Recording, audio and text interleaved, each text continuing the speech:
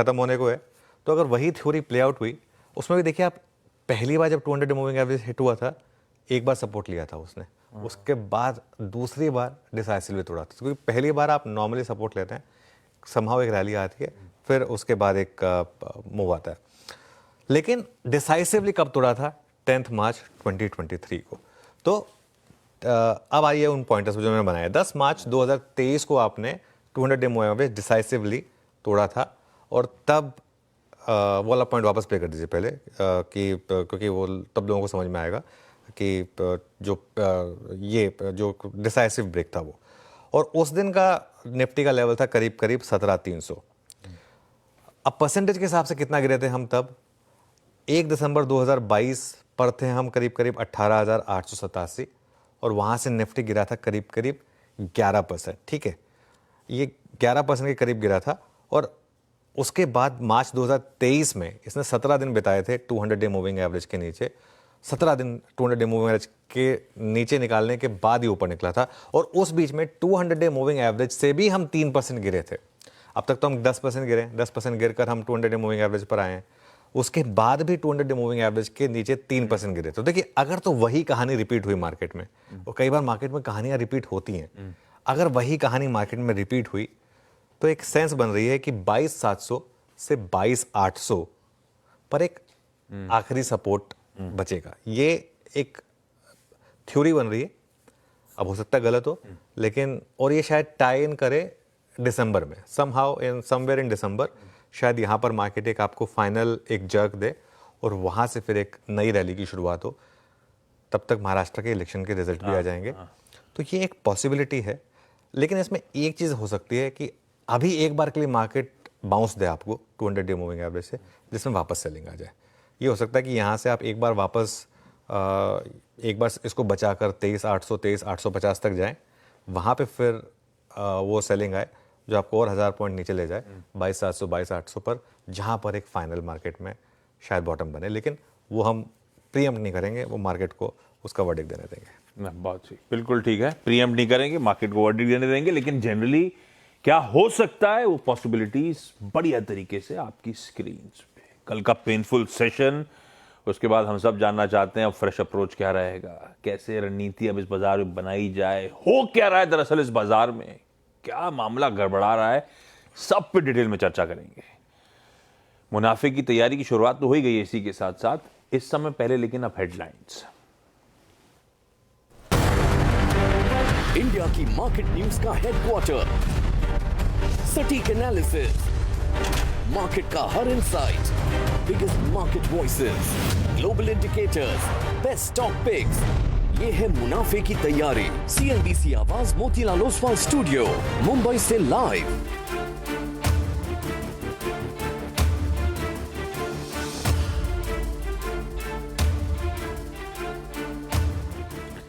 नमस्कार, CNBC आवाज Motilal Oswal studio में आप सभी का स्वागत है। तैयारी करेंगे शो की हेडलाइंस के साथ। ग्लोबल संकेत कमजोर, एशिया ऊपर से फिसला, गिफ्ट निफ्टी में भी दबाव के साथ काम। कल FI की कैश में 2,500 करोड़ की बिकवाली। इधर US में और रेट कट की उम्मीदें बढ़ी, अनुमान के मुताबिक रहे रिटेल महंगाई के आंकड़े, अमेरिकी बाजार फ्लैट बंद। वायदा में 45 नए शेयरों की होगी एंट्री। डीमार्ट के साथ 6 न्यू एज कंपनियां, Zomato, Paytm, PB fintech, Nykaa को मिली जगह। BSE, CDSL और जियो फाइनेंशियल्स भी FNO का हिस्सा होंगे। 29 नवंबर से लागू होंगे बदलाव। आयशर मोटर्स के Q2 नतीजे अनुमान पर खरे नहीं, रॉयल एनफील्ड के मार्जिन से निराशा, मुनाफा 8% तो आय 3.5% बढ़ी। मॉर्गन स्टैनली शेयर पर अंडरवेट, मौजूदा भाव से 20% नीचे का दिया टारगेट, लेकिन जेफरीज बुलिश। दूसरी तिमाही में PI इंडस्ट्रीज के नतीजे अच्छे, प्रॉफिट 6% तो रेवेन्यू 5% बढ़ा, मार्जिन्स में भी 2% की ग्रोथ। शेयर पर जेफरीज हुआ बुलिश, 13% ऊपर के दिए टारगेट्स। उधर दीपक नाइट्राइट का मुनाफा 5% से ज्यादा घटा, लेकिन आय में 14% का उछाल। दूसरी तिमाही में वोडाफोन आइडिया का घाटा तिमाही आधार पर बढ़ा, कंपनी को 7,000 करोड़ रुपए का हुआ लॉस, लेकिन रेवेन्यू में 4% की ग्रोथ। आरपू 154 रुपए से बढ़कर 166 रुपए पर आया। और आज आएंगे निफ्टी की कंपनियां हीरो मोटोकॉर्प और ग्रासिम के दूसरी तिमाही के नतीजे। 10% बढ़ सकता है हीरो मोटोकॉर्प का स्टैंड अलोन मुनाफा, मार्जिन में दिख सकता है सुधार, साथ ही वायदा की 5 कंपनियों के नतीजों का भी रहेगा इंतजार।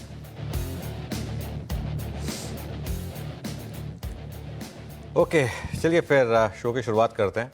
अच्छा, मार्केट की तो हम काफ़ी बात करेंगे, लेकिन आज मैं शो की शुरुआत करूंगा जो कल रात को ब्रेकिंग न्यूज़ आई उसके ऊपर, और जो मेरे ख्याल से काफ़ी इंपॉर्टेंट ब्रेकिंग न्यूज़ थी। F&O में 45 नए स्टॉक्स आ रहे हैं। तो देखते हैं, खेलो इंडिया खेलो।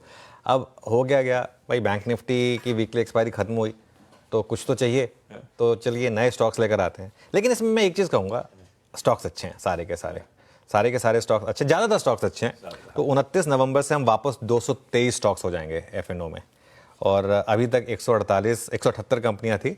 अब कल रात को सर्कुलर हुआ है, तो उस वजह से ये 223 कंपनियां हो जाएंगी। इसमें आशीष, जो एक सबसे इम्पॉर्टेंट चीज़ है जो इस रिव्यू में आई है, फाइनली डीमार्ट आया है। और सिर्फ डीमार्ट की बात नहीं है, ये निफ्टी में एंट्री के लिए, निफ्टी में एंट्री होने के अब चांसेस बढ़ रहे हैं कुछ स्टॉक्स के। और निफ्टी की एंट्री में एक क्राइटेरिया होता है कि स्टॉक F&O का हिस्सा होना चाहिए। तो 3 स्टॉक्स जो वैसे सारे क्राइटेरिया मीट करते थे लेकिन F&O में नहीं होने के कारण इंडेक्स में नहीं आ सकते थे, वो थे डीमार्ट, जियो फाइनेंस और जोमेटो।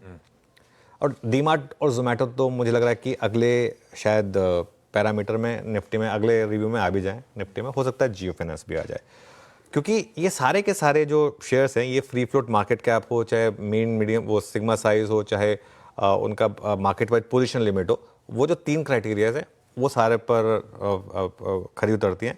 सिर्फ F&O में नहीं थी कंपनियां, इस वजह से अब तक इंडेक्स का हिस्सा नहीं थी अब तक। अच्छा, मैं ये नहीं कह रहा हूँ कि बस अब आ ही जाएंगे, लेकिन अब कोई रीज़न नहीं है इनके इंडेक्स में ना आने का।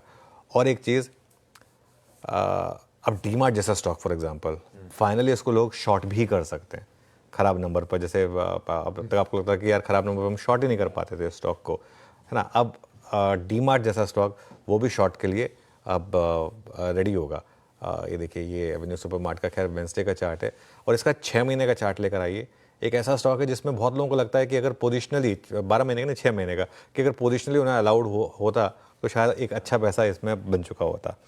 खैर एनीवे, बाकी जो F&O में कंपनियां आ रही हैं, कुछ वो स्टॉक्स डिस्कस करते हैं, उसके बाद मैं एक और उस पर अपनी थ्योरी दूंगा। एवेन्यू सुपरमार्ट, जियो और जोमेटो 3 सबसे बड़ी, लेकिन उसके बाद जो कंपनियां ना बहुत इंटरेस्टिंग है। पेटीएम फाइनली F&O में आ रहा है, BSE F&O में आ रहा है। और सोचिए, कल BSE में हमारी बात हुई थी कि जहां खुले बस वहां पर टॉप बनेगा। तो अगर कल F&O में अवेलेबल होता तो सबसे शानदार ट्रेड कल की BSE होती, नो ब्रेनर था कल BSE। CDSL, Nykaa, PB fintech, camps, angel one, ये कुछ और कंपनियां जहां पर जो F&O में आ रही हैं। और भी बहुत कंपनियां हैं, HFCL वगैरह काफ़ी कंपनियां हैं जो F&O में आ रही हैं, मैक्रोटेक, NCC, मैक्स, HFCL, पता मतलब कितनी कंपनियां जो F&O में आ रही हैं। बस एक थोड़ा सा, क्योंकि सब चीज़ें अच्छी होती है तो थोड़ा सा एक कहते हैं ना, पिंच ऑफ सॉल्ट, वो ऐड करना होता है। क्या ये एक्सचेंजेस भरपाई कर रहे हैं अपनी एक जो बैंक निफ्टी की वीकली एक्सपायरी जा रही है उसका, क्या उसकी भरपाई कर रहे हैं स्टॉक्स को बढ़ाकर? क्योंकि देखिए, आप अगर एक तो आप कह रहे हैं कि भाई आपको रिटेल को थोड़ा सा प्रोटेक्ट करना है, इसके लिए आप एक एक्सपायरी कम कर रहे हैं, लेकिन दूसरी तरफ आप स्टॉक्स बढ़ा रहे हैं। इंडेक्स से ज़्यादा रिस्क तो स्टॉक्स में, मतलब इंडेक्स में तो फिर भी आप बियॉन्ड अ पॉइंट, इंडेक्स एक ही दिन में 10% तो नहीं टूटता है, स्टॉक्स तो एक दिन में 10% टूट जाते हैं। स्टॉक F&O में दिक्कत लिक्विडिटी की भी आती है, खासतौर से ऑप्शंस में, जो निफ्टी बैंक निफ्टी में बिल्कुल आती नहीं कभी भी। जो मर्जी स्ट्राइक उठा के देख लें, जहां मर्जी स्ट्राइक उठा के देख लें, लिक्विडिटी हमेशा रहेगी वहां पर। फिजिकल सेटलमेंट भी होती है स्टॉक्स में, तो वहां पर भी थोड़ा सा खतरा बढ़ता है। एक्सपायरी वीक में एक्स्ट्रा मार्जिन आते हैं, बड़े लॉट साइजेस, ये सब कुछ हैं, तो ये एक फैक्टर है। आज सुबह मैं एक बहुत इंटरेस्टिंग ट्वीट पढ़ रहा था कि एक काम करिए, SME को ही ले आइए F&O में, फिर देखिए असली खेल होगा। लेकिन खैर जो भी है, बट अच्छे स्टॉक्स हैं, तो इसके लिए ये सिर्फ एक जस्ट टू नेट पिक जिसे कहते हैं ना, मैंने एक बात कर ली। अदरवाइज ये कल रात की बड़ी ब्रेकिंग न्यूज़ थी। बिल्कुल ठीक। 1 नहीं, 2 नहीं, 10 नहीं, 20 नहीं, 45 स्टॉक्स एक साथ अगली सीरीज से वायदा का हिस्सा होंगे, इंक्लूजन होगा। और सबसे इंटरेस्टिंग एवेन्यू सुपरमार्ट, और मुझे आज भी याद है कई सालों पहले वो आपका लिंक, हाँ, एवेन्यू सुपरमार्ट का कि क्यों नहीं है, तभी उस टाइम पे कितने वैलिड पॉइंट्स थे वो, आज जाके फाइनली अपडेट आया है कि इस साइकिल से एवेन्यू सुपरमार्ट इंक्लूड हो जाएगा। 44 और होंगे इसके साथ साथ। खैर, अब जरा बाजार, कल का सेशन स्क्रीन पे रखिएगा, बहुत पेनफुल सेशन, गजब का दबाव, किस तीव्रता से गिरता चला गया ये मार्केट, देखने लायक था। ये बाजार गिर क्यों रहा है, कौन बेच रहा है, क्या रिस्क समझ में आ रही है जो इस तरह से ताबड़तोड़ सेलिंग हो रही है, हो क्या रहा है ये? ठीक है, देखिए आपके दो सवाल हैं, तो पहला सवाल का जवाब देता हूं कि बेच कौन रहा है, उसके बाद आएंगे कि गिर क्यों रहा है। पहले सवाल ये कि बेच कौन रहा है ना। कल एफआईआई की सेलिंग बहुत ज्यादा नहीं थी, जिस तरीके से मार्केट गिरा है उसके हिसाब से एफआईआई की सेलिंग मिनिस्क्यूल थी, मैं मिनिस्क्यूल वर्ड यूज करूंगा, और उसके सामने डीआईएस ने तो बड़ी बाइंग की थी। ठीक है, अब आप एक चीज कह सकते हैं कि भाई इसमें पीएनबी हाउसिंग की ब्लॉक डील शामिल थी। ठीक है, मैं उस पीएनबी हाउसिंग की अगर ब्लॉक डील को एडजस्ट करूं, उसके बावजूद डीआईएस की बड़ी खरीदारी थी।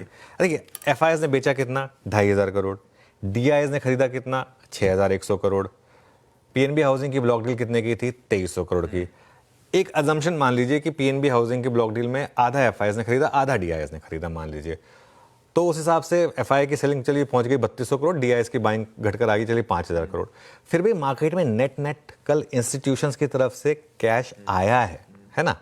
तो फिर बड़ा सवाल यह है कि बेचा किसने, जो निफ्टी 350 पॉइंट गिर गया, और निफ्टी गिरा 350 पॉइंट, चलिए मिड कैप गिरा करीब 1000 पॉइंट से ज्यादा, मिड कैप का 1000 पॉइंट का गिरना समझ में आता है, लेकिन निफ्टी कल गिरा है 350 पॉइंट, वो क्यों गिरा है? उसका जवाब देता हूं मैं। ये हमारे एक्सपर्ट्स ने भी कई बार कहा है, मार्केट में ना ये रोज रोज का बस सिंपल एनालिसिस की एफआईआई डीआई, मार्केट उससे नहीं चलता है, वो एनालिसिस नहीं होता। नियर टर्म में मार्केट जो मूव करता है वो मूव करता है सेंटीमेंट के हिसाब से। इस समय सेंटीमेंट खराब है। देखिए, सेंटीमेंट अच्छा हो ना तो खराब नंबर पर भी मार्केट चलता है, सेंटीमेंट खराब हो तो अच्छे नंबर पर भी मार्केट बिकता है। वो कहता है ना, समय खराब हो तो अगर आप ऊंट पे बैठे हो तब भी आपको कुत्ता काट जाएगा। ये मतलब वो वाला मामला है इस समय मार्केट में, वो वाला मामला चल रहा है कि चाहे अच्छे नंबर हो खराब नंबर हो, फिर भी धुलाई हो रही है इस समय मार्केट में। तो इस समय सेंटीमेंट खराब है। और सेंटीमेंट क्यों खराब है इसकी एक और चीज़ मैं आपको बताता हूँ। निफ्टी भले ही 10% गिरा है, आशीष हैंड ऑन हार्ट बाहर जाके लोगों से पूछिए उनके पोर्टफोलियो कितने गिरे। लोगों के पोर्टफोलियो 40% गिरे हैं ऑन एन एवरेज। क्योंकि दिक्कत क्या हो गई थी, पोर्टफोलियो ज़्यादातर लोगों के उन स्टॉक्स में थे जिनमें मोमेंटम था और वो बाहर ही नहीं निकल पाए, जैसे रेलवे स्टॉक्स, जैसे डिफेंस स्टॉक्स, जैसे वोडाफोन आइडिया, जैसे सुजलॉन, जैसे कुछ और स्टॉक्स जो लोगों ने हायर लेवल पे चेस किए। तो दिक्कत ये आ गई कि लोगों के पोर्टफोलियो जो है ना वो इन स्टॉक्स में थे, और ये स्टॉक्स इन्होंने आपको मौका ही नहीं दिया। मौका ऐसा नहीं कि मौका नहीं दिया, मतलब आप निकले ही नहीं समहाउ, और फाइनली थक हार कर अब लोग वहाँ से निकलना शुरू हुए। और कल बहुत लोगों ने, कल मुझे लग रहा है काफ़ी लोगों ने अपने पोर्टफोलियोज खाली किए। कल स्क्रीन बता रही थी देख कर कि काफ़ी लोगों ने कल अपने पोर्टफोलियो खाली करे। जब घर से पैसा जाता है ना मार्केट में तब दुख होता है।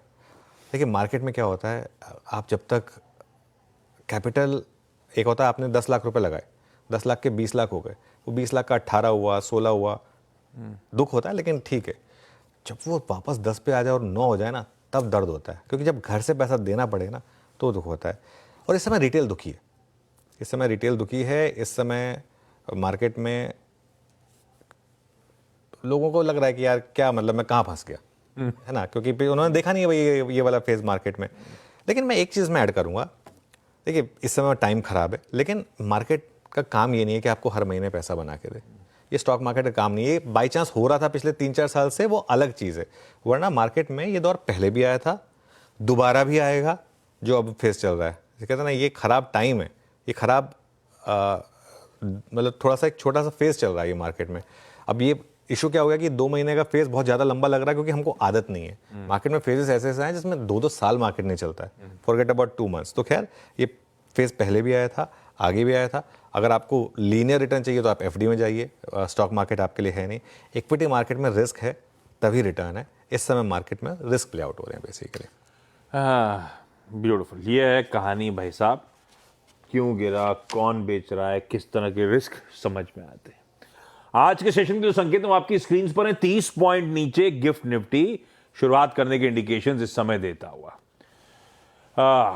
और दिखाइए जरा बाकी सारे पीयर सेट्स, हमारे एशियाई पीयर्स किस तरह का कामकाज कर रहे हैं, मिला जुला कामकाज हो रहा है।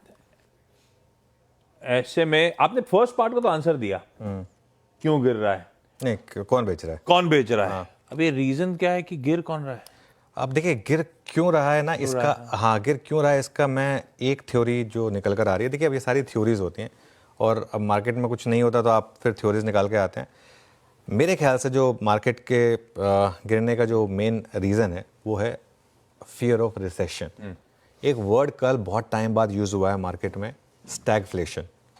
स्टैगफ्लेशन मतलब इकोनॉमी स्टैग्नेट करे और इन्फ्लेशन बढ़े। हाँ। कल देखिए इन्फ्लेशन बढ़ा लेकिन सामने ग्रोथ नहीं आ रही है। खाली इन्फ्लेशन बढ़े लेकिन अगर आपकी सैलरी बढ़ रही हो तो आपको ठीक है, लेकिन इन्फ्लेशन बढ़ रहा हो उल्टा आपकी सैलरी कम हो रही हो या ना बढ़ रही हो तो दुख होता है, तो आप नहीं कंजम्पशन कर पाते हैं, तब आपको अपनी कंजम्पशन पोस्टपोन करनी पड़ती है। इस समय मार्केट में वही हो रहा है। एफएमसीजी अगर में दिख रहा है ना, एफएमसीजी में दिख रहा है, ऑटोज में दिख रहा है, गाड़ियां नहीं बिक रही हैं, लोग साबुन नहीं खरीद रहे हैं, मतलब वो इस तरीके की हालत आ गई है जब लीवर एशियन लोग घर नहीं पेंट कर रहे हैं अपने, क्योंकि लेकिन दूसरी तरफ वेजिटेबल ये सब वो सब के प्राइसेस बढ़ रहे हैं, तो इस वजह से महंगाई बढ़ रही है लेकिन अर्निंग्स नहीं बढ़ रही है।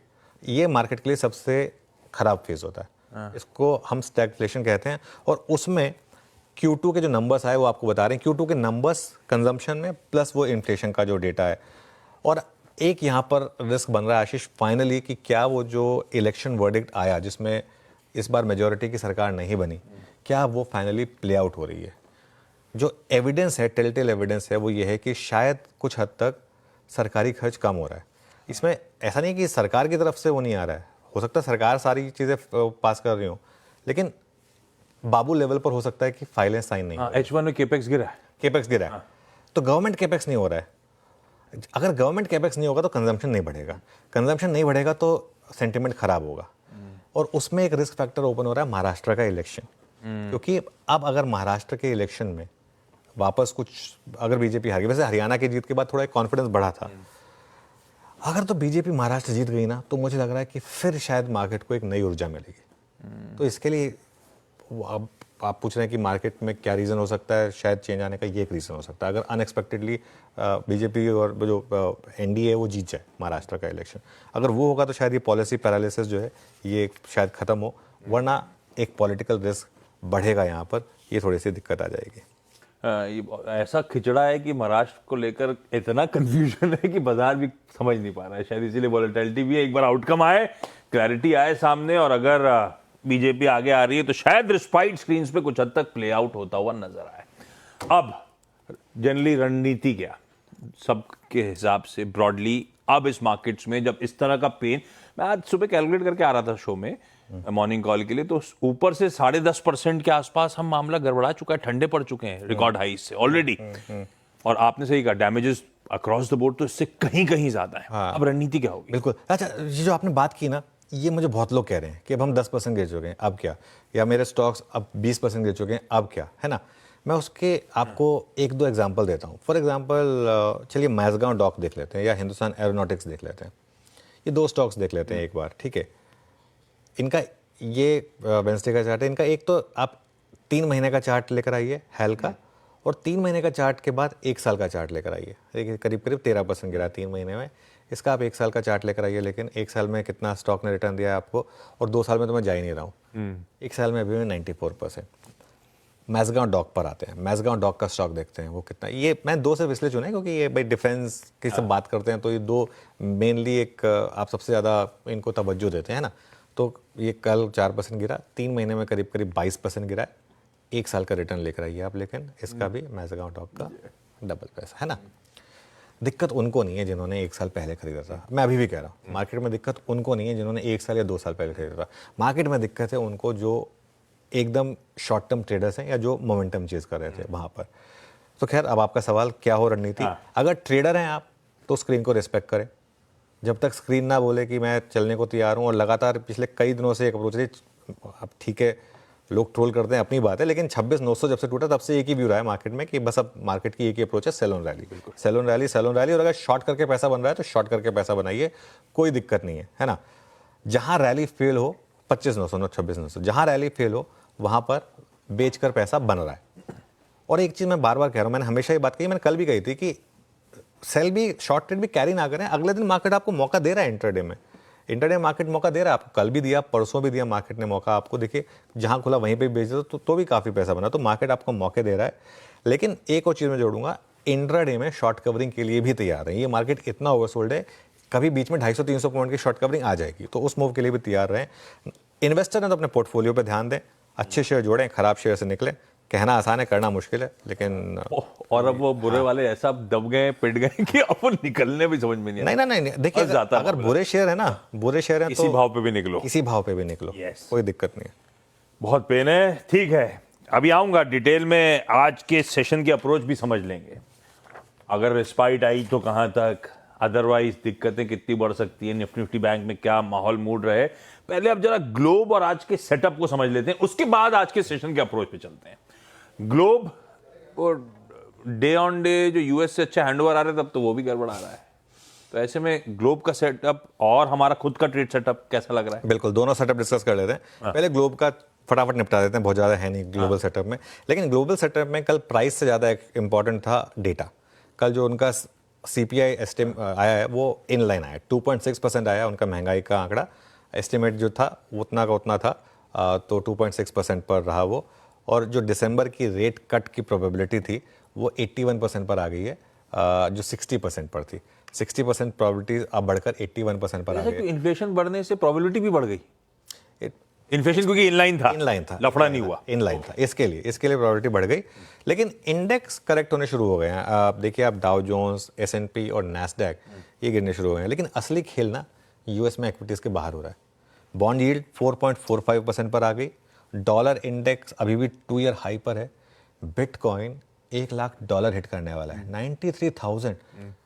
यूएस इलेक्शन के टाइम पे 60,000 का था बिटकॉइन, 60,000 वाला बिटकॉइन 93,000 पर आ गया। देखिए क्या होता है ना, ये मैं वही बार बार जो लोगों को चीज़ें कहता हूँ कि हम सिर्फ इक्विटी देखते हैं इसके लिए, ऐसा नहीं है कि मार्केट में लोगों ने पैसा नहीं बनाया, जो बिटकॉइन ट्रेड कर रहे हैं फॉर एग्जाम्पल उन्होंने बहुत पैसा बनाया है ना, वो तो 93,000 आपको बिटकॉइन दिखाई दे रहा है। खैर एनीवे, बिटकॉइन बहुत ज़्यादा लोग ट्रेड नहीं करते हैं, तो इसके लिए ये तो खैर कहने वाली बात है सिर्फ। अब हमारा सेटअप बहुत क्लियर है। कल एफआईज ने फिर बेचा, डीआईज ने फिर खरीदा, और कल पीएनबी की ब्लॉक डील थी, पीएनबी हाउसिंग की ब्लॉक डील थी, वो डेटा इसमें इंक्लूडेड है इसकी वजह से, लेकिन फिर भी 6,100 करोड़ बड़ा नंबर है, एफआईज ने 2,500 करोड़ के करीब बेचा। अच्छा, अब डीआईज के पास कैश बहुत है, एक तो पहले ही वो कैश में बैठे थे और एक पिछले महीने और कैश आ गया उनके पास, तो कैश बहुत है उनके पास, लेकिन अब सेलिंग जो है ना वो बहुत अग्रेसिव हो रही है। ये देखिए, ये जो एफआई की सेलिंग जो है ओवरऑल इंक्रीमेंटली कुल मिलाकर 1.5 लाख करोड़ की सेलिंग हो गई है। लेकिन मैं कह रहा हूँ ना, ऐसा कुछ नंबर में ये जैसे 4,800, 4,400 कल देख के लग रहा था कि 5-6 हज़ार करोड़ का नंबर आएगा, है ना, वो नहीं आया कम से कम, बट पिछले कई दिनों का अगर आप डेटा देखेंगे तो 1.5 लाख करोड़ की अब सेलिंग पहुंच गई है यहाँ पर। अब इंडेक्स फ्यूचर्स की जहाँ तक बात है उस पर आ जाते हैं। इंडेक्स फ्यूचर्स में क्लाइंट अभी भी लॉन्ग ऐड कर रहे हैं, ये मुझे थोड़ी सी दिक्कत की मामला दिख रहा है। क्लाइंट के लॉन्ग आप पहुँच गए हैं 5.31 लाख पर, जबकि एफआईएस के लॉन्ग आकर रह गए हैं सिर्फ 85,000 पर, और अगर आप उसको चेंज इन पोजीशन देखेंगे तो कल क्लाइंट ने 37,000 लॉन्ग ऐड करे हैं। कौन है ये लोग, कहाँ से आते हैं वाली बात, और लगातार पिटाई हो रही, लगातार लॉन्ग ऐड कर रहे हैं। दूसरी तरफ एफआई, अच्छा अब तक हम एफआईएस का मजाक उड़ाते थे कि जब वो शॉर्ट करते हैं उनकी पिटाई होती है, ये पहली बार हुआ है कि एफआईएस ने शॉर्ट कर करके मार्केट में पैसा बनाया है ना। पिछले 1-2 महीने से वो शॉर्ट है, 2 महीने से हम एक्सपेक्ट कर रहे हैं कि शॉर्ट कवरिंग कि मार्केट गिर रहा हो, और इस बार एफआई सही पड़ रहे हैं शॉर्ट साइड पर उनका इस बार अच्छा, जिसके 100 सुनार की 1 लोहार की, शायद इस बार वो वाला गेम हो रहा है। कल भी एफआईएस ने बेचा है 1886 करोड़ इंडेक्स फ्यूचर्स में। स्टॉक फ्यूचर्स में हालांकि कल थोड़ी सी बाइंग हुई है 2,400 करोड़ की, और अब वो टेबल आ जाएगी आपकी स्क्रीन पर, जो निफ्टी और बैंक निफ्टी की है। 574 करोड़ निफ्टी में बेचा, 1,254 करोड़ निफ्टी बैंक फ्यूचर्स में बेचा, और लॉन्ग शॉर्ट भी अगर आप देखेंगे तो 760 लॉन्ग कट हुए, और 26,000 शॉर्ट करीब करीब कल ऐड हुए हैं सिस्टम में। अगली प्लेट प्लीज़, और उसके बाद फिर लॉन्ग शॉर्ट पर आएंगे। लॉन्ग शॉर्ट जहाँ तक है उसमें आप देखिए 22% लॉन्ग पर आ गए हम, 2,12,000 शॉर्ट पोजीशन इस समय, जो 6 जून के बाद जब पहली बार हुआ है कि 2 लाख से ज़्यादा शॉर्ट कॉन्ट्रैक्ट हैं। होप एक वही है कि 6 जून के बाद बड़ी रैली आई थी, लेकिन अब तक तो खैर होप से कोई फ़ायदा हुआ नहीं है। कॉल पुट के डेटा में कुछ है नहीं खास, तो इंडिया विक्स पर आते हैं। कल इंडिया विक्स भी ऊपर आया, 5.79% चढ़ा, 15.4 पर आया, और पुट कॉल रेशियो 0.7 पर वर्सेस 0.73। ओवरसोल्ड है, लेकिन लगातार ओवरसोल्ड रहा है, उससे मार्केट अब तक तो खैर रिकवर हुआ नहीं। बैन में एक स्टॉक है GNFC, और एक बाहर आया बैन से मनापुरम, तो नेट नेट मामला न्यूट्रल है बैन की तरफ से। बिल्कुल ठीक। ये है ग्लोब के और साथ में हमारे ट्रेड सेटअप दोनों के इंडिकेशंस आपके लिए। और वाकई कल रिस्पाइट थी एफआई की सेलिंग का नंबर देख के, अदरवाइज कोई रिलायंस, कोई एचडीएफसी बैंक, कोई आईसीआईसी बैंक जैसे स्टॉक्स के अब पिट रहे थे। बिल्कुल। उस लिहाज से तो आंकड़ा बहुत ही। और हाँ। एक चीज़ ऐड करना भूल गया मैं, मैंने हालांकि ये ऐड नहीं किया, कल ना सेलिंग जो हो रही थी मार्केट में वो बहुत कम डिलीवरी वॉल्यूम पर हो रही थी। कल आप बड़े बड़े स्टॉक उठा के देखिए, इसके सिग्निफिकेंस बताता हूँ मैं आपको। मार्केट में नॉर्मली जब बहुत कम डिलीवरी वॉल्यूम पर सेलिंग हो तो इसका मतलब वो बहुत ज़्यादा सेलिंग नहीं है, एक कंप्लीट बायर स्ट्राइक हो जाती है ना जब, तब लास्ट टाइम वो हुआ था कोविड के टाइम पे, जब वो जो स्टॉक्स गिरे थे वो एकदम उलझुल, मतलब कोई मतलब नहीं था उन वॉल्यूम पे गिरे थे। कल मार्केट के जो डिलीवरी वॉल्यूम्स थे वो काफ़ी कम थे, कम डिलीवरी वॉल्यूम पे मार्केट गिरा था। ये एक थोड़ा सा पॉजिटिव साइन, देखिए इतनी नेगेटिविटी है तो थोड़ा सा पॉजिटिव करने की कोशिश करेंगे। तो एक उस पर मैं थोड़ा सा लैच ऑन करना चाहूँगा कि कल की जो सेलिंग थी वो बहुत कम डिलीवरी वॉल्यूम पे थी। ओके, ये है कहानी। अब आइए आज के सेशन पे। वो 23,800 टूटा, स्विंग लोज प्रीवियस थे, उसके बाद हम आ गए वही अपने मूविंग एवरेजेस 200 डे पे, उसको टेस्ट करा, उसको वायलेट करा, वहीं के आसपास जाके कल के सेशन की समाप्ति होती हुई नजर आई। और ये लेवल्स पहले से मेंशन थे कि ये वो हो सकता है, वहाँ पे हम जा रहे हैं, उसको टेस्ट करने की तैयारी कर रहे हैं। भाई साहब कल के उस दिक्कत वाले सेशन में पहुंच गए। अब बहुत सारे सवाल जहन में, 200 डे मूविंग एवरेजेस के करीब आके क्या रिस्पाइट लेगा ये बाजार, थोड़ा बहुत टेम्परली सही, और रिस्पाइट लिया तो अब मेरा अप्रोच क्या होगा, यहाँ पे थोड़ा बहुत खरीदारी करने का मन बनाऊं, या टेक्सचर यही है कि अगर बाउंस वाउंस आ रहा है फिर माल छोड़ने की कोशिश करूं, टेक्सचर सेल ऑन रैलीज ही है यहाँ पे। अब निफ्टी को लेकर समीकरण कैसे है? देखिए आशीष, एक चीज़ मैं कहूँगा निफ्टी पर, ये एक जैसे कहते हैं ना द लास्ट होप, ये वो है 23,500 से 23,550। यहाँ पर आपका 200 डे मूविंग एवरेज कल का लो 23,509, 200 डे मूविंग एवरेज करीब करीब 23,545। अगर ये टूटा तो मुझे लग रहा है 23,400 से 23,450 जो ऑप्शंस के हिसाब से कल भी अगर एक लेवल पे पुट राइटिंग हुई है तो 23,450 के आसपास हुई है, 23,500 23,450 का उसको प्रीमियम एडजस्ट करेंगे तो वो लेवल आएगा। उसके नीचे निफ्टी में फिर कोई सपोर्ट नहीं है, 23,150 23,200 तक कोई सपोर्ट नहीं है। उसके बाद तो अगर ये 23,400 टूटा तो वहाँ तक भी जाने के रिस्क ओपन होंगे। अगर मार्केट चलना शुरू हुआ किसी भी कारण से तो पहले रेजिस्टेंस मिलेगा 23,650 से 23,740 जो कॉल राइटर का जोन है, और उसके बाद बड़ी रेजिस्टेंस अब आपको मिलेगी 23,800 से 23,850। देखिए 23,800 850 को हमने इतनी बार डिफेंड किया, जो अर्स्टवाइल सपोर्ट होता है ना वो मार्केट का फिर रेजिस्टेंस बन जाता है, तो जो नॉर्मली हमेशा ये होता है। तो अब अप्रोच क्या रहेगी, जब तक 23,850 के ऊपर बंद ना हो हर रैली के फेलियर में बेचें। और ये भी हो सकता है कि रैली बीच में आपको 150-200 पॉइंट की भी एक बार मिल जाए।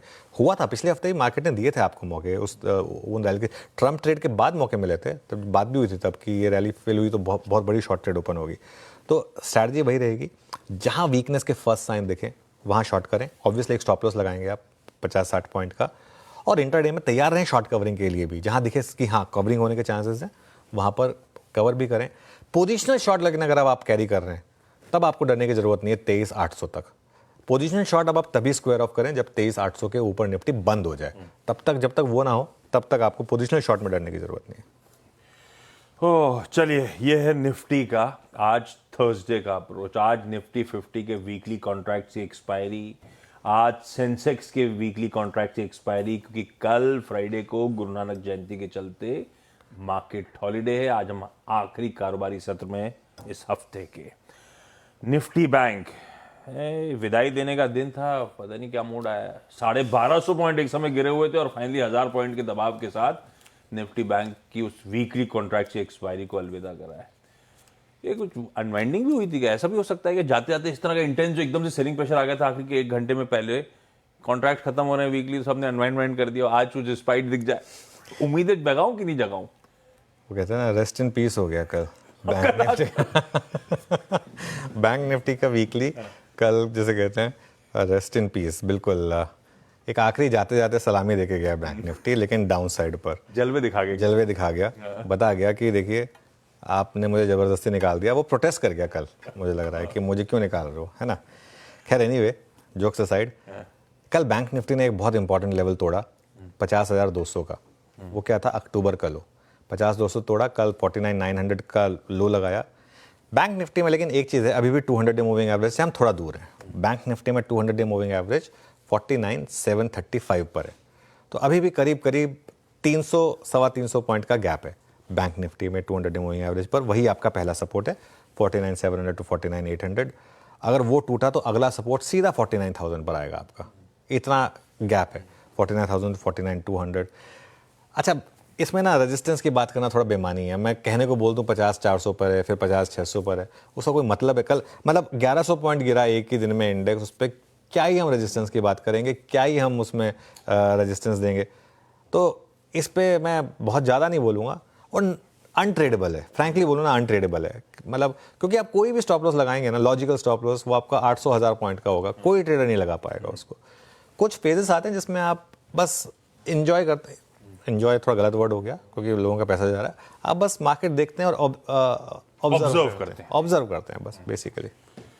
ये वही फेज है भाई साहब। थोड़ा सा निफ्टी फिफ्टी बैंक की अप्रोच आपकी स्क्रीन पर रख दी गई है। सीएमबी सिवास का मॉर्निंग पैनल भी रेडी हो रहा है थर्सडे के दिन मदद करने के लिए कुछ देर बाद उनके पास। पहले लाइए जरा बिग स्टॉक्स का स्टिंग डाइट। आज बिग स्टॉक्स की कड़ी पे क्या क्या रखा? बिग स्टॉक्स में आज सबसे पहले मैं ले रहा हूँ पीआई इंडस्ट्रीज। हाँ, पीआई इंडस्ट्रीज को मैं ग्रीन लेके चल रहा हूँ। ग्रीन क्यों लेके चल रहा हूँ पीआई इंडस्ट्रीज को? क्योंकि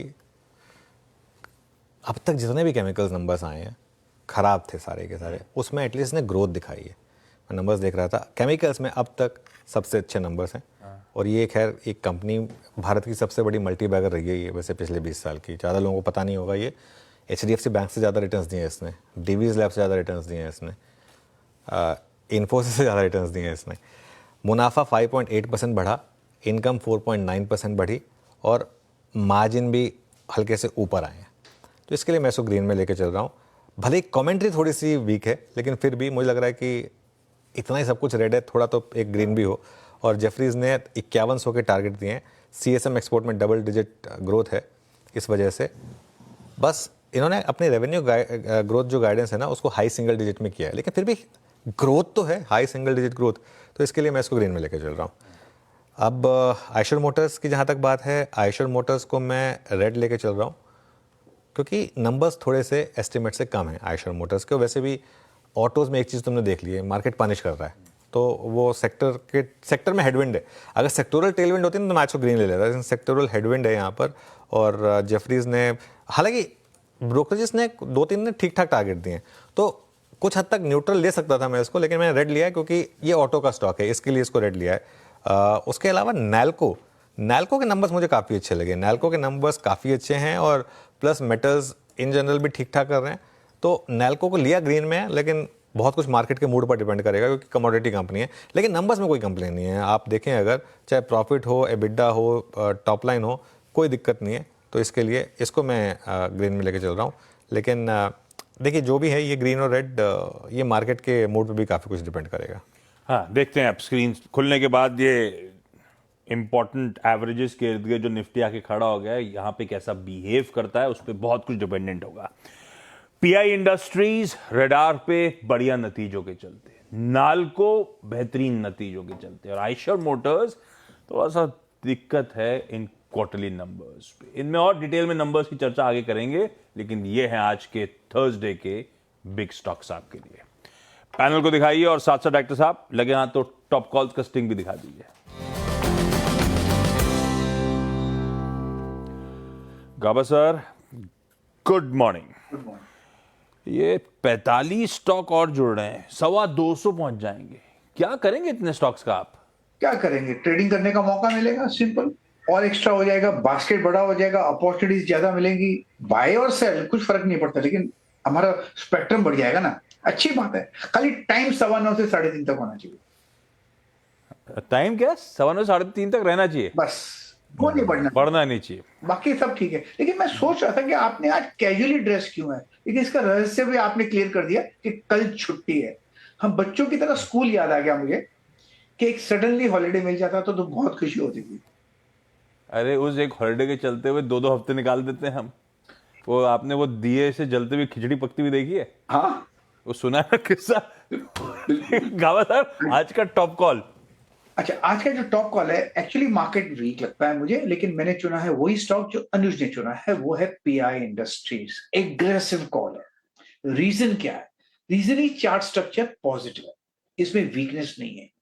हाँ, करीब 6-7 हफ्ते की वीकनेस आई थी, फिर एक साइडवेज मूव मिला, और एबीसी जो करेक्शन था वो भी खत्म हुआ। कहां पर? जहां पर सपोर्ट है।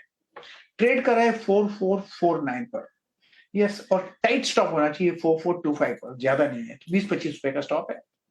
अपसाइड जो टारगेट है 4600 के है, तो एक एक्सपेंशन भी मिल जाता है, क्योंकि स्ट्रेच हुआ सी मूव, तो शायद एक अप मूव मिल सकता है, तो ध्यान देना चाहिए pi industries on the long side. Pi industries long side रहेगी गाबा सर की पिक। रचना जी गुड मॉर्निंग। रचना जी आपकी ट्रेड। जी गुड मॉर्निंग। आज थोड़ा डाइसी है मार्केट, हम फिर भी शॉर्ट साइड पे रहेंगे। हमारा स्टॉक रहेगा एक्सिस बैंक, जिसके फ्यूचर्स को हम शॉर्ट करेंगे, पर ये 1142.75 पे है फ्यूचर्स फिलहाल। हम तभी शॉर्ट जाएंगे जब ये 1140 तोड़ेगा, और अगर तोड़ेगा तो ही। तो 1140 के टूटने पे शॉर्ट जाना है, 1150 का एसएल लगाना है, एंड 1130 एंड 25 के टारगेट्स लगाएंगे। एक्सिस बैंक एक्सेल रेको रचना दी की तरफ से। आइए बहती साहब को दिखाइए। बहती साहब गुड मॉर्निंग, आज का top call. Good morning Ashish जी, good morning Anuj ji, good morning everyone. Ashish जी सीरियसली काफी डिफिकल्ट था आज स्टॉक्स ढूंढना, क्योंकि चार्ट्स पे अगर शॉर्ट देखूं तो हर तरफ शॉर्ट्स के ट्रेड्स मिल रहे हैं, रिस्क रिवॉर्ड फेवरेबल नहीं है अब इन लेवल्स पे शॉर्ट कॉल देने के लिए। तो एक लॉन्ग कॉल देना चाहूंगा हिंदुस्तान यूनिलीवर। हमने कल देखा कि एफएमसीजी में कंट्रीब्यूशन नहीं आ रहा था नीचे की साइड का, और FMCG most of the FMCG counters positive या फ्लैट क्लोज करने में सफल रहे हैं। तो यहाँ पे एक लॉन्ग अटेम्प्ट किया जा सकता है, लेकिन ये सिर्फ जो कंपल्सिव ट्रेडर्स है उनके लिए ही है। जो स्टॉप लॉस मेंटेन करना है वो 2420 2420 का एक एसएल मेंटेन करे, 2520 का पहला टारगेट, और शायद 2550 के दूसरे टारगेट के लिए खरीदारी की जा सकती है इसमें। ओके, तो ये इस समय हिंदुस्तान यूनिलीवर ये हो गई एक बाय ट्रेड। तो अब तक 2 बाय ट्रेड और 1 सेल ट्रेड। मानस गुड मॉर्निंग। मानस आपकी trade. Good morning Anuj ji, good morning Ashish जी, गुड मॉर्निंग एवरीवन। तो देखिए फेडरल बैंक यहाँ पर पहले तो काफी बड़ा आउट परफॉर्मेंस देखने को मिला, कहीं गिरावट देखने को नहीं मिल रही थी जब मार्केट में क्रैक हो रहा था, लेकिन कल हमने फर्स्ट टाइम रिवर्सल के साइन देखे हैं फेडरल बैंक में। मेरा समझना है कि शायद फेडरल बैंक करंट लेवल से भी करेक्ट हो सकता है। कल 20 डे मूविंग एवरेज के नीचे की क्लोजिंग थी, तो करीब करीब 10-12 रुपए और करेक्ट हो सकता है फेडरल बैंक। इसके फ्यूचर में बिकवाली करने की राय रहेगी। 200 रुपए के आसपास की क्लोजिंग थी फेडरल बैंक के फ्यूचर में, तो 204.10 के स्टॉप लॉस से फेडरल बैंक के फ्यूचर में बिकवाली करेंगे, और 192 रुपए के टारगेट सेट करेंगे। चाहे तो एट द मनी 200 का वाला पुट ऑप्शन 4 रुपए पे ट्रेड हो रहा था, वहां पर खरीदारी करिए, 1 रुपए 90 का स्टॉप लॉस लगाइए और 8 रुपए के target set. Federal bank finally ये भी ठंडा पड़ता हुआ दबाव बढ़ सकता है यहां पर। सतपुते साहब good morning, top call sir. Very good morning Ashish ji, Anuj ji good morning and good morning everyone. Ashish ji देखिए, वैसे तो थोड़ा डिफिकल्टी था, लेकिन ओवरऑल अगर अब थोड़ा सेंस मैंने ये लिया कि निफ्टी कहाँ पे है, तो मुझे लगता है निफ्टी जैसे कि 200 डे में पे जाके लैंड हुआ है, थोड़ा सा यहाँ पे डिफिकल्ट जाएगा, क्योंकि निफ्टी में पुल बैक आया, तो ये तो क्वेश्चन मार्क है। तो डेफिनेटली मैं स्ट्रेंथ के साथ जाऊंगा, तो वो रहेगा आईटी।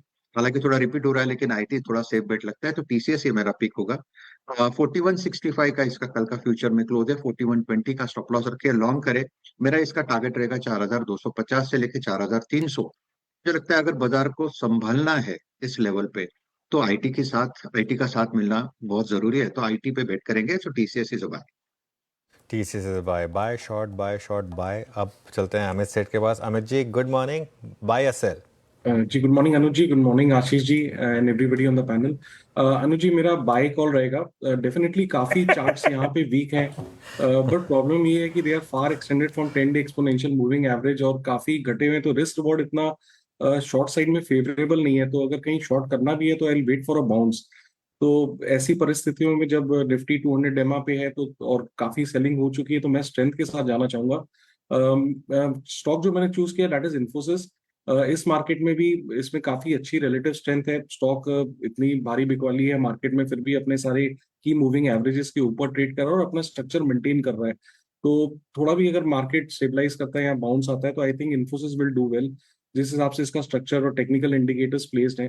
1868 का प्राइस है, स्टॉप लॉस रखें लगभग 1842 का, टारगेट्स हमारे रहेंगे 1900 एंड 1920 के इन्फोसिस में। लीजिए भाई, टीसीएस इन्फोसिस दोनों दिग्गज आज टॉप कॉल में शुमार होते हुए 4 बाय और 2 सेल के साथ बुल्स विक्टोरियस नजर आ रहे हैं। भाई खेमका साहब, गुड मॉर्निंग। भाई नया पैसा डलवा रहे हो इस बाजार में, नहीं डलवा रहे आप लोग? और डलवा रहे हो तो कोई एक सबसे बढ़िया वाला स्टॉक कौन सा जो सबसे ज्यादा पसंद आ रहा है? गुड मॉर्निंग आशीष, गुड मॉर्निंग सभी को। सो देखिए, मार्केट में अच्छा करेक्शन आया है और फंडामेंटली अगर आप देखें तो ये क्वार्टरली रिजल्ट से एक चीज जो हमने बहुत देखा कि मतलब क्लाइंट्स इन्वेस्टर्स जो सीख के जा रहे हैं कि जहां जहां रिजल्ट्स अच्छे आ रहे हैं, स्ट्रांग आ रहे हैं, वहीं पे फोकस करना चाहिए।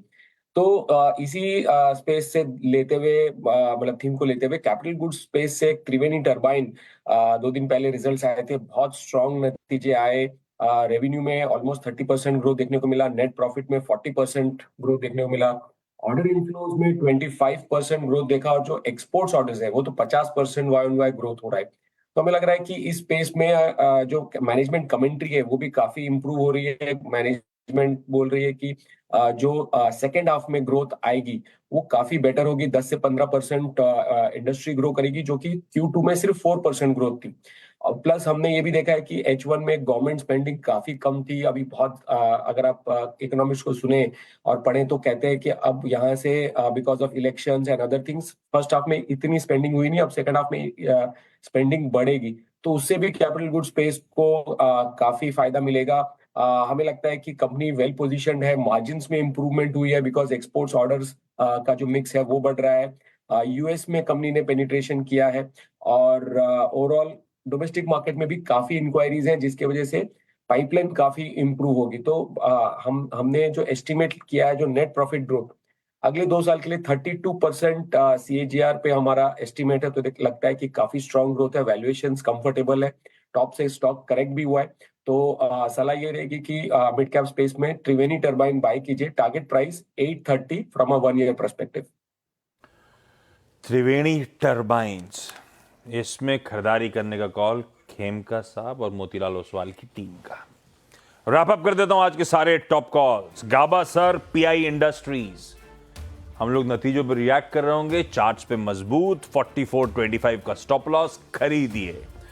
रचना जी, एक्सिस बैंक सेल के साथ जा रही है, 1150 का स्टॉप लॉस। बहेती साहब कह रहे हैं HUL खरीदा जा सकता है, 2420 का SL है। मानस, एक एक्सिस बैंक सेल आया था, ये दूसरा आ गया फेडरल बैंक सेल, चाहे तो 200 का पुट भी खरीद सकते हैं, 204 रुपए 10 पैसे का स्टॉप लॉस है। TCS पसंद आ रहा है सतपुते साहब को, 4120 के स्टॉप के साथ खरीदना है, तो अमित सेठ साहब को इन्फोसिस पसंद आ रहा है, खरीदना है 1842 के SL के साथ। और त्रिवेणी टर्बाइंस, अच्छी ग्रोथ सामने नजर आती है और वैल्यूएशंस अट्रैक्टिव हैं, इसीलिए खरीदारी है 830 के टारगेट्स के लिए त्रिवेणी टर्बाइन में।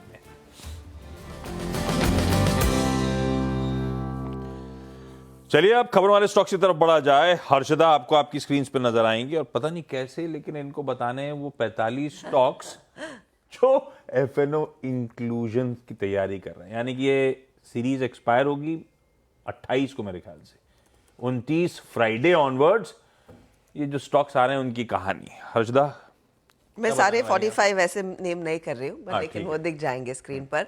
इसमें से जो की है उनमें आपको नजरें रखनी है आशीष। एक तो एवेन्यू सुपरमार्ट, क्योंकि एवेन्यू सुपरमार्ट इतने सालों से देखिए लिस्टेड एंटिटी है और हम सब ये बात करते थे कि ये स्टॉक वायदे का हिस्सा क्यों नहीं है। अब ये वायदे का हिस्सा बनेगा 29 नवंबर ऑनवर्ड्स।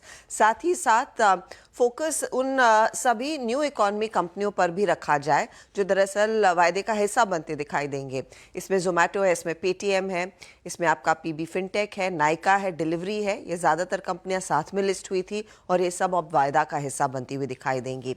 साथ ही आपको उन स्टॉक्स पर भी नजरें रखनी है जो बाजार की फेवरेट्स उभर कर आए हैं मार्केट की रिसेंट रैली के मद्देनजर, यानी कि Bombay stock exchange, CDSL, camps जैसे काउंटर्स, एंजल वन जैसे काउंटर्स भी दरअसल इस लिस्ट का हिस्सा है। ऑफ कोर्स इसमें कल्याण ज्वेलर्स जैसे नाम आपको दिखाई देंगे, वरुण बेवरेजेस जैसे नाम दिखाई देंगे, कुछ और अदानी ग्रुप की कंपनियां हैं, IRFC जैसी सरकारी कंपनियों का भी दरअसल चयन हो चुका है। तो 45 स्टॉक्स की ये नई लिस्ट है जो अब वायदे बाजार का हिस्सा बनते हुए दिखाई देंगे और मेरे ख्याल में इन्हीं में सबसे ज्यादा क्यूरियोसिटी रहेगी। लेकिन मेरी नजर एवेन्यू सुपरमार्केट पर, मार्केट कैसे रिएक्ट करता है। कंस्ट्रिंग अब वायदे का हिस्सा बना है तो शायद पॉसिबिलिटी है कि आगे चलकर ये नेक्स्ट इन कंटेंटर रहेगा निफ्टी का हिस्सा बनने का। और उसी नजर से मेरे ख्याल में आजकल लोग जियो फाइनेंस और जोमैटो को भी देखेंगे। खेमका साहब, जब निफ्टी के कोई बाहर जाता है तो दौड़ता है, आता है तो मामला थम जाता है उसका। ये वायदा के भी कुछ रिसर्च करिए आप लोगों ने क्या मोतीलाल ओसवाल में, जो आते हैं उनके साथ क्या होता है जनरली? जी बिल्कुल, देखिए नहीं अभी तो किया नहीं है, अभी करते हैं, लेकिन जो जनरली जो एक्सपेक्टेशन है, मुझे लगता है कि जब ये नाम अनाउंस होते हैं ना तो एक्सपेक्टेशन आते हैं, तो before they get into the index थोड़ा बहुत बाइंग डेफिनेटली होता है। स्पेशली अगर आप बात करें निफ्टी की, तो जो सबसे ज्यादा ट्रैक्ड इंडेक्स है, जब सबसे ज्यादा पैसिव फ्लोज अगर आप देखें तो इंडिया में निफ्टी में होती है। तो अगर कोई भी स्टॉक निफ्टी में इंक्लूजन का अगर कंटेंडर बनता है तो मार्केट में डेफिनेटली वहां पे थोड़ा बहुत इंटरेस्ट आता है। अब तक जितने भी इंक्लूजन्स थे वो बुल मार्केट में आते थे, तो इसके लिए लोग थोड़ा बिल्डअप कर देते थे। अभी लोगों को लगेगा कि कहीं ये आती धुलने लग जाए, तो इसके लिए ये थोड़ा सा मामला डिफरेंट है। अच्छा, अब जैसे फॉर एग्जांपल BSE की हमने कल बात की थी, है ना, डीमार्ट की कई बार बात हुई है, जोमैटो की कई बार बात हुई है। इनमें से काफ़ी ऐसे स्टॉक्स हैं जो मुझे लग रहा है कि F&O इंक्लूजन पर थोड़ा सा करेक्ट होंगे, क्योंकि शॉर्टिंग का रिस्क आ जाएगा। अब तक काफ़ी ऐसे स्टॉक्स थे। देखिए SLB मार्केट इंडिया में अभी भी उस तरीके की इवॉल्व नहीं हुई है, securities lending and borrowing market जिसमें आप शेयर बोरो करते हैं, उसके बाद उनको शॉर्ट करके फिर वापस लौटा देते हैं। तो ऐसे कई स्टॉक्स होते हैं, लेकिन फिर भी नायका है फॉर एग्जांपल। नायका मुझे लग रहा है कि कई बार होंगे जिसमें आपको लगेगा कि शॉर्ट हो सकता है। एंजल वन अब 2000 से 4000 गया था, वहाँ से स्टॉक काफ़ी करेक्ट हुआ, वहाँ पर शायद हो सकता है कि शॉर्ट्स ओपन हो। CDSL, BSE में फॉर एग्जांपल अब एक व्यू बन रहा है कि यहाँ से हो सकता है और 20-25% करेक्शन आ जाए, क्योंकि पीक अर्निंग्स कल शायद डिस्कस कर लिए हमने। तो ऐसे कई स्टॉक्स होंगे जो ऑलरेडी लिस्टेड, जो ऑलरेडी F&O में ना, वो कह रहे होंगे कि अब आइए आपका इंतजार था। हाँ तो BSE तो कल बढ़िया डिस्कस हुआ था सुबह कि पीक अर्निंग्स हैं और ऊपर से सामने खड़ी है बड़ी 20 नवंबर के बाद की चुनौती, कैसे सब पैन आउट होगा। और खुला बहुत अच्छे नतीजे ऊपर खुला था, मामला सारा गड़बड़ा गया। अब वायदा में इंक्लूजन की तैयारी 29 नवंबर ऑनवर्ड्स। निफ्टी के एक रिजल्ट पे रिएक्ट करना है, उससे पहले एवेन्यू सुपरमार्ट की बहुत चर्चा में आ रहा है। गाबा सर, एक बार चार्ट देखेंगे डीमार्ट का? बिल्कुल, चार्ट देखा जाए तो है तो वीक, लेकिन थोड़ा अपमूव यहाँ पर बहुत स्ट्रेच है ऑन द डाउन साइड। तो लोअर लेवल पे सपोर्ट है एवेन्यू सुपरमार्केट में करीब 3500 के आसपास, वहां पर मिलता है मेरे ख्याल से बाइंग अपॉर्चुनिटी। दूसरा